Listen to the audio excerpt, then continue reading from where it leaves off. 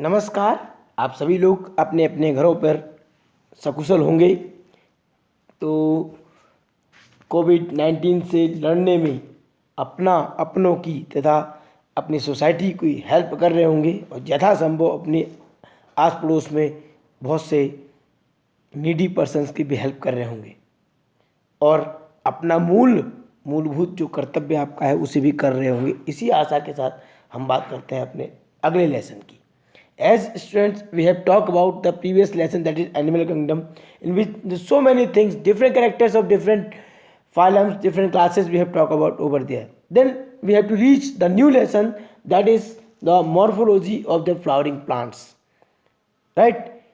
Especially you know that what is morphology. First of thing, generally we can say that the angiosperms and the flowering plants show the large diversity in their external structures. Means if we can see the different plants, their external structure, the study of their external parts, external structures, right?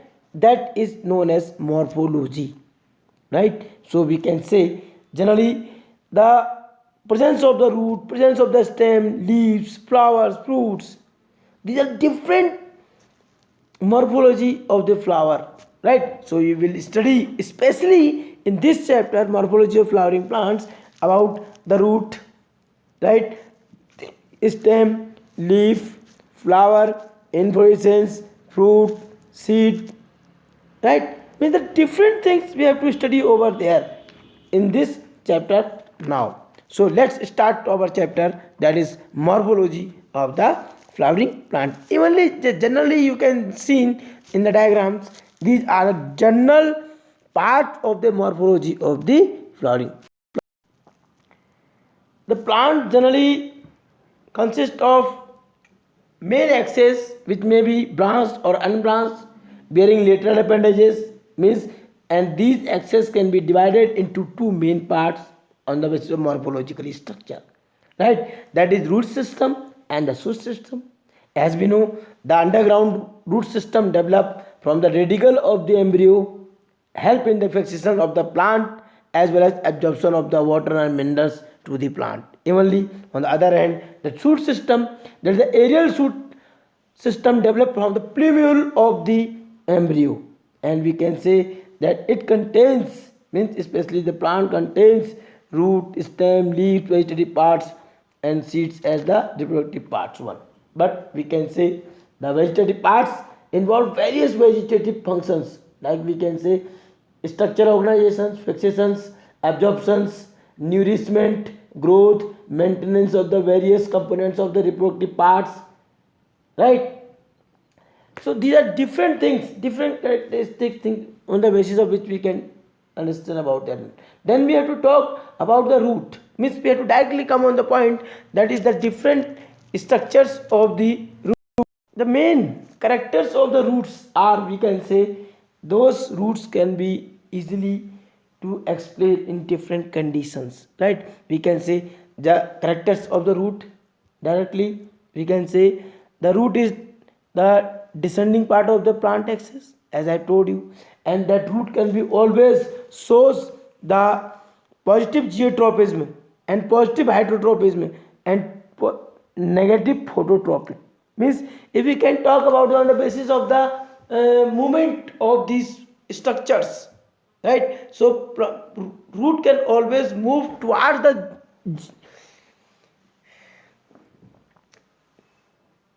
downwards or towards the, we can say, toward the gravity, right? So it is a positive geotropic, and positive hydrotropic means generally water is found inside the soil, in the particles of the soil, between the particles of the soil, so it can grow towards the that water also, we can say the positive hydrotropic. Even in negative phototropic, generally light can be come from the upper side of the plant, but root can be grow downwards, so it is the, its a movement, its growth is called the negative phototropic, right? And as I have told you already, that this root can be developed from the radical part of the embryo where the seed germination will take started over there. And we can say this is the non-greenish part of that embryo or that plant one. We can say generally it can produces only similar organs secondary and the tertiary roots one, and these they do not show nodes and the internodes in them, especially if we can see the different parts of the plants. In that condition we will get the such structures, but here we cannot see such type of thing in that plant one. So you can see or understand about the morphology of the root, right? So we can say the root has especially three regions in its structures, right? We can say especially these regions are the root cap, growing point, or we can say meristematic zone and zone of the elongations. Means generally these are different structure, different places where a root can be started to develop over here. As you can see, this is called the root cap over this under this condition, right? After that there is a different area that is called growing area, right? Means this here you can easily see that this region is the elongations as the this particular region where this cell division will take place over here. This is the second zone that is called the meristematic zone, and this is the elongation zone over there. And it is the maturity and development of the that root over there. If still we want to tell that there are especially five structures, five zones are parts are divided in of that root. Means the first one that is called the cap, root cap, second growing point or zone or the meristematic zone, third the elongation zone, fourth the root hairs, you can just see hairy like structure over this one, right? And the third one that fifth one that is called the zone of the maturation. Means here we can say the matured root can be developed over there. Again you must understand about this one, right? Especially this is the root cap, the first zone, then area of the cell division that is called meristematic zone, or and this is known as cell of elongation when there is develop one. Later on there is another thing that is called root hairs, you can see the hairy structure are found over there, cell division occurs here, and after that the maturity then be occurs in the root. So we have to know about this one. Means these are different regions in the root morphological structure through which it can be shown.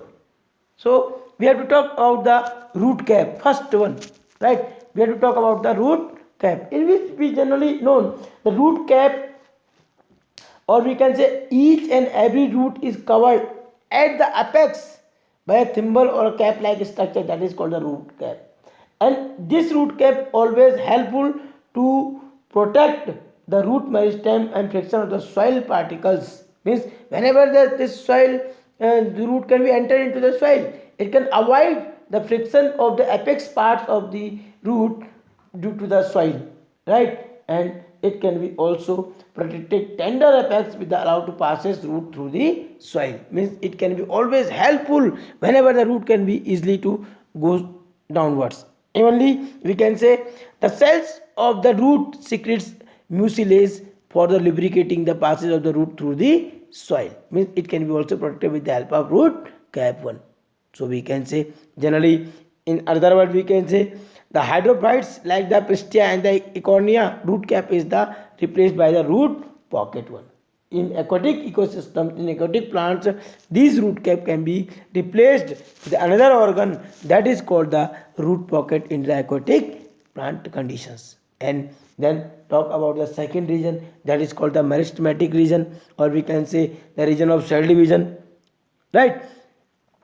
As we can say it is a small region about 1 millimeter in length, it is not too long one, right? So and we can say the thin walled region having dense protoplasm, here the protoplasm is dense one and it lies partially within the beyond the root cap, right? And the cell divides regularly and repeatedly for the elongations. Means here especially in the meristematic region the cell will continue to divide one, continuous division will take place. Means as we can say that it is the made up of the thin walled and completely arranged meristematic cells which have the power of the division. Means these meristematic cells can capable to divide continuously in those places. So we can say they can easily can be divided in that particular parts. Evenly we can say this region can always help in the longitudinal growth by the addition of new cells. Means इस regions में जब continue division होगा तो नई नई cell की तरफ ये ग्रोथ करती रहेगी. साथ ही हम कह सकते हैं कि it can responsible for the growth of the root. Means whenever the root can be shows the its growth, only this region, that is called meristematic zone, a growing zone or meristematic region can be shows the main conditions which can be always helpful for the growth of the root. On the other hand, we can say the third, that is called the region of the elongations. Means if we can talk about this region of the elongation, it is just behind, just after the meristematic regions, right? We can say the cell elongated speedily and increase the length of the root. Means you can just see over there, this is the elongated region, this region is elongated region, right? And here the length of the root is can be immediately grow up, fastly grow over there.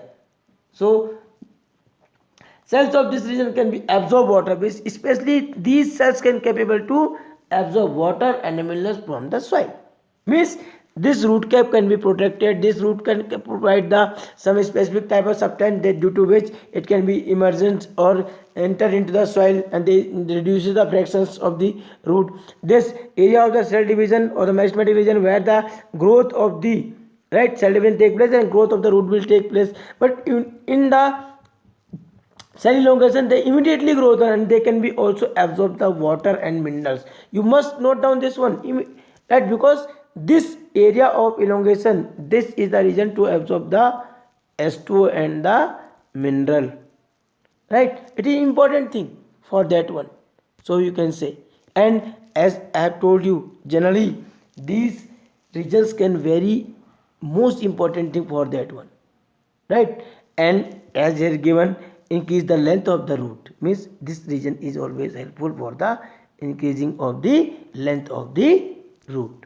And we can say then after another region that we can say the region of the hair zone or the region of root hairs or root absorptions over there.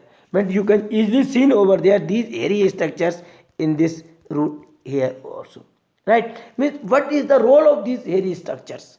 Means how we can say that they can play such role, especially if we can talk that these regions, right, generally the primary differentiate into the root and we can the vascular tissues like xylem and phloem are formed, especially in these regions the xylem and phloem are formed over there. And root hair zone is most important part of the root. It is the most important part. Why? Because generally we can say the root absorb water from the soil, especially in this region, because these hairs can be just move inside the soil one, right? And we can say root hairs increases the total exposed area, surface area for the absorption. Means generally if we talk about only this region, it can be a very minute hair, but these root hairs can be increase the total surface area for the absorption in that conditions, right? So they can capable to absorb more and water over there. And if we talk about the aquatic plants, root hairs usually they are absent and roots are not well developed, especially in the aquatic plant it is not well developed.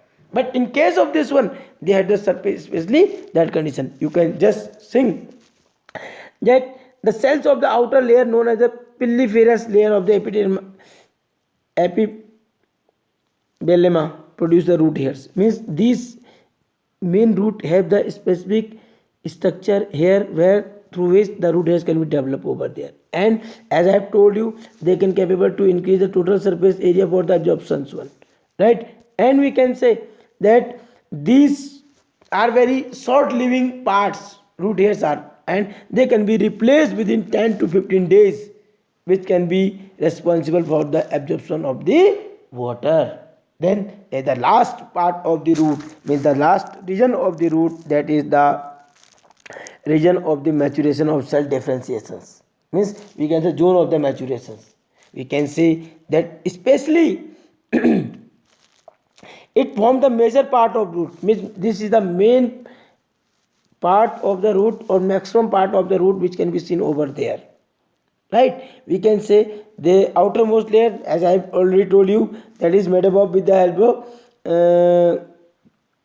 that is impermeable, means which cannot be allowed to any substance to come inside it, means it is known as impermeable cells, means these are the thick walled layer, and the elongated cells undergo differentiation to form the different types of primary root tissue like cortex, endodermis, xylem, phloem, and region. Means in this region the complete development of the root will take place, and it can be capable to develop all the different parts of that root, so it can be become like one. Evenly we can say this region can also help in the fixation of the plant body into the soil, means the mature region can always helpful for that the plant can be fixed into the soil in those especially conditions. Evenly it also for the conductions and absorption substances, and we can say there are some other things that is called the lateral root. We will talk about later in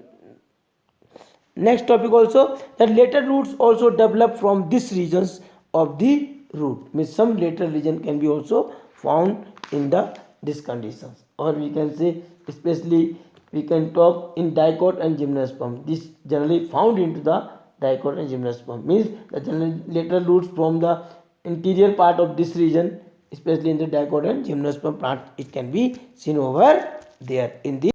So once again you must prepare notes related to this points, mean morphology of roots, especially the what is the function of root, right? Tomorrow we will discuss about their main structures, but we have to know that what is the main structure, main regions of the root.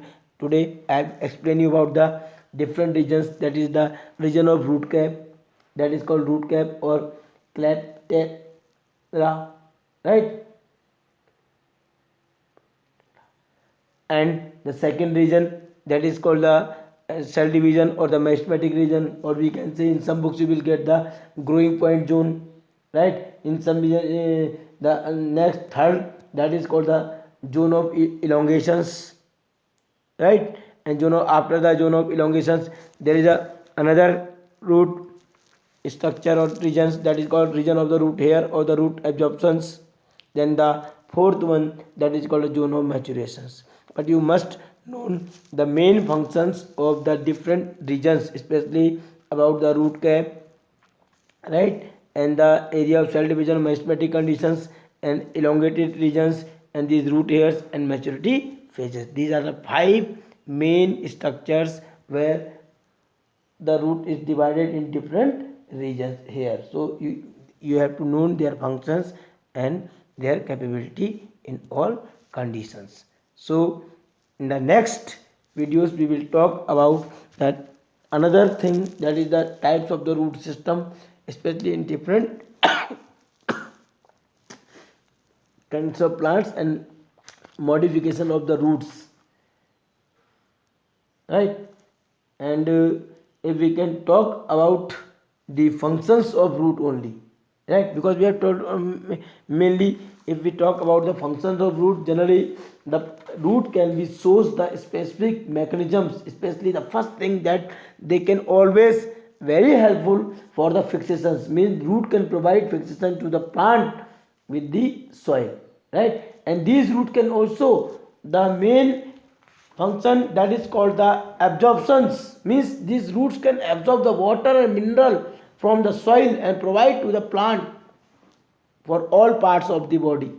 And if we can talk about the another function, that is the storage, means the plant can be capable to stores, right, the food from for the use of other plants parts and for animals, means if we so many roots can be utilized as the food material by the different organisms.